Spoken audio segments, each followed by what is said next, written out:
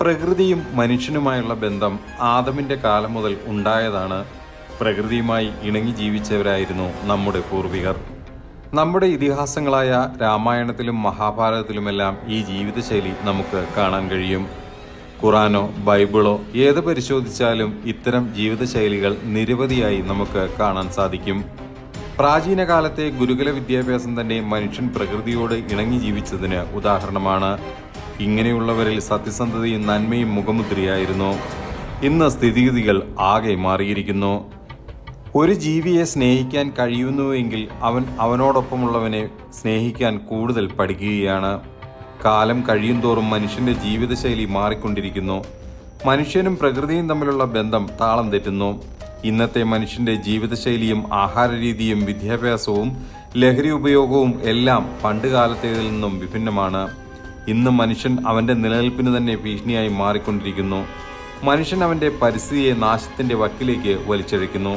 വിശ്വവിഖ്യാത എഴുത്തുകാരനായ വൈക്കം മുഹമ്മദ് ബഷീറിന്റെ ഭൂമിയുടെ അവകാശികൾ എന്ന കൃതിയിൽ മനുഷ്യനെ പോലെ മറ്റ് ജീവജാലങ്ങൾക്കും ഈ ഭൂമിയിൽ ജീവിക്കാൻ അവകാശമുണ്ടെന്ന് അടിവരയിട്ട് പരാമർശിക്കുന്നു. പക്ഷേ മനുഷ്യന്റെ പ്രവൃത്തികൾ കണ്ടാൽ താൻ മാത്രമാണ് ഭൂമിയുടെ അവകാശികൾ എന്ന് തോന്നും. മനുഷ്യൻ അവന്റെ പരിസ്ഥിതിയെ പലവിധത്തിൽ ചൂഷണം ചെയ്യുകയാണ്. അവൻ അവന്റെ ചുറ്റുമുള്ള ജീവികളോട് ചെയ്യുന്ന ക്രൂരതകൾ സമാനതകളില്ലാത്തതാണ്. ഈ ഘട്ടത്തിലാണ് പലയിടങ്ങളിലും മൃഗങ്ങളോടും ജീവികളോടുമുള്ള മനുഷ്യന്റെ ക്രൂരത വാർത്തകളിൽ നിറഞ്ഞു വരുന്നത്. വലിയ തോതിൽ ക്രൂരത നടത്തുന്നവരെ നിയമത്തിന്റെ മുന്നിൽ കൊണ്ടുവന്ന് ശിക്ഷ വാങ്ങിക്കൊടുക്കുന്നതിൽ വിജയിച്ച പല രാജ്യങ്ങളുമുണ്ട്.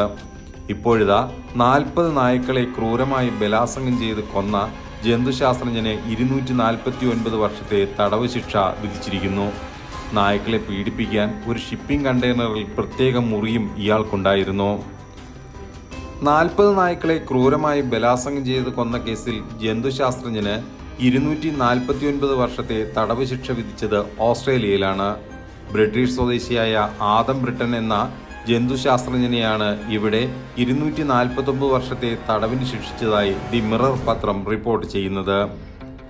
മൃഗങ്ങളെ ദുരുപയോഗം ചെയ്ത ലോകത്തിന്റെ ഏറ്റവും നീചനായ വ്യക്തി എന്നായിരുന്നു കോടതി ആദം ബ്രിട്ടനെ വിശേഷിപ്പിച്ചതെന്നാണ് റിപ്പോർട്ടുകൾ. ഇയാൾ മുതലകളെക്കുറിച്ചുള്ള പഠനത്തിൽ വിദഗ്ധനാണ്. BBC, നാഷണൽ ജിയോഗ്രഫിക് അടക്കമുള്ള നിരവധി പ്രമുഖ അന്താരാഷ്ട്ര മാധ്യമങ്ങൾക്ക് വേണ്ടിയും ഇയാൾ പ്രവർത്തിച്ചിട്ടുണ്ട്. നായ്ക്കളെ ചാകുന്നതുവരെ പീഡിപ്പിച്ചു കൊല്ലുന്നതിന്റെ വീഡിയോ ആദം ബ്രിട്ടൻ തന്നെയാണ് ഓൺലൈനിലൂടെ പുറത്തുവിട്ടത്. വീഡിയോ പുറത്തു വന്നതിന് പിന്നാലെയാണ് പോലീസ് ഇയാളെ തേടി വീട്ടിലെത്തിയത്, ഇയാളെ അറസ്റ്റ് ചെയ്തത്. വീഡിയോ പോസ്റ്റ് ചെയ്ത് 1 മാസത്തിന് ശേഷം ഡാർവിനിലെ വസതിയിൽ അധികൃതർ റെയ്ഡ് നടത്തിയാണ് ഇയാളെ കസ്റ്റഡിയിലെടുത്തത്. നായ്ക്കളെ പീഡിപ്പിക്കാൻ ഒരു ഷിപ്പിംഗ് കണ്ടെയ്നറിൽ പ്രത്യേക മുറിയും ഇയാൾക്കുണ്ടായിരുന്നു. മൃഗങ്ങളെ ലൈംഗികമായി ദുരുപയോഗം ചെയ്തതുമായി ബന്ധപ്പെട്ട് ഏകദേശം 60ഓളം കുറ്റങ്ങളാണ് ഇയാൾക്കെതിരെ ചുമത്തിയിരിക്കുന്നത്. കൂടാതെ പ്രതിയുടെ ഒരു ലാപ്ടോപ്പിൽ നിന്ന് കുട്ടികളെ ദുരുപയോഗം ചെയ്യുന്ന നിരവധി ഫയലുകളും പോലീസ് കണ്ടെത്തിയിരുന്നു. 1971 വെസ്റ്റ് യോർക്ക്ഷയറിലാണ് ആദം ബ്രിട്ടൻ ജനിച്ചത്. ലീഡ്സ് സർവകലാശാലയിൽ നിന്നും സുവോളജി പഠിച്ച അദ്ദേഹം പിന്നീട് ബ്രിസ്റ്റോൾ സർവകലാശാലയിൽ നിന്ന് PhD നേടി. ചാൾസ് ഡാർവിൻ യൂണിവേഴ്സിറ്റിയിൽ സീനിയർ ഗവേഷകനായിരിക്കെയാണ് മൃഗപീഡനത്തിനും ലൈംഗിക അതിക്രമ കുറ്റങ്ങൾക്കും ഇദ്ദേഹത്തിനെതിരെ കുറ്റം ചുമത്തുന്നത്. കൂടാതെ കുട്ടികളെ ദുരുപയോഗം ചെയ്യുന്ന വസ്തുക്കൾ കൈവശം വയ്ക്കുകയും കൈമാറുകയും ചെയ്തതിനും ഇയാൾ വിചാരണ നേരിടുന്നുമുണ്ട്. എന്നാൽ ആദം ബ്രിട്ടന് ഗുരുതരമായ പാരാഫിലിയ അസുഖം ബാധിച്ചിരുന്നതായി അദ്ദേഹത്തിന്റെ അഭിഭാഷകർ കോടതിയെ ബോധിപ്പിച്ചു. ഈ രോഗം ബാധിച്ച കാലയളവിലാണ് ആദം ബ്രിട്ടൻ അസാധാരണമായ പെരുമാറ്റം നടത്തിയതെന്നുമാണ് അഭിഭാഷകരുടെ വാദം. ഇതേസമയം ഓസ്ട്രേലിയയിൽ വധശിക്ഷ നിർത്തലാക്കിയെങ്കിലും ബ്രിട്ടന് വധശിക്ഷ നൽകണമെന്ന ആവശ്യവുമായി പ്രതിഷേധക്കാർ രംഗത്തെത്തിയിട്ടുണ്ട്.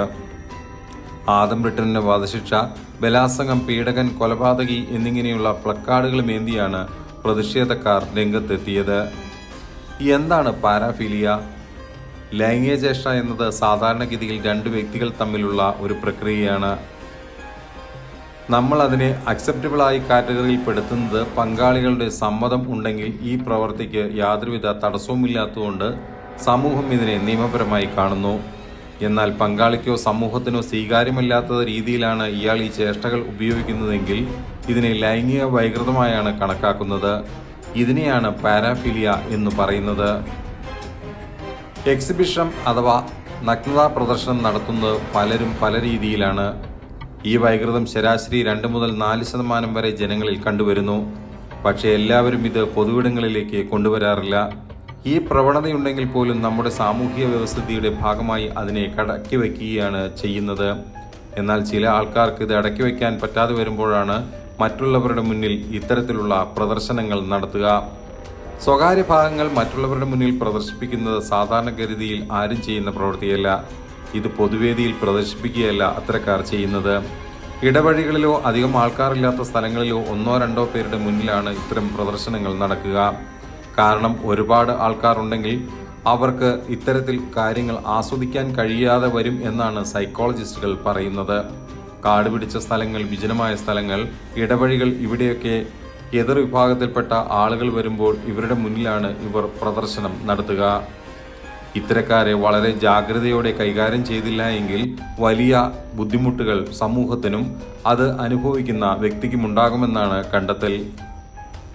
ഏതായാലും ഇത്തരക്കാരുടെ പിടിയിൽപ്പെടാതെ രക്ഷപ്പെടുന്നതാണ് ഏറ്റവും ഉത്തമം. കൂടുതൽ വാർത്തകൾക്കും വിശേഷങ്ങൾക്കും ചാനൽ സബ്സ്ക്രൈബ് ചെയ്യുക. വീഡിയോ ഇഷ്ടപ്പെട്ടാൽ ലൈക്ക് ചെയ്യുക, ഷെയർ ചെയ്യുക. നിങ്ങളുടെ വിലയേറിയ കമൻറ്റുകൾ ചുവടെ രേഖപ്പെടുത്തുക.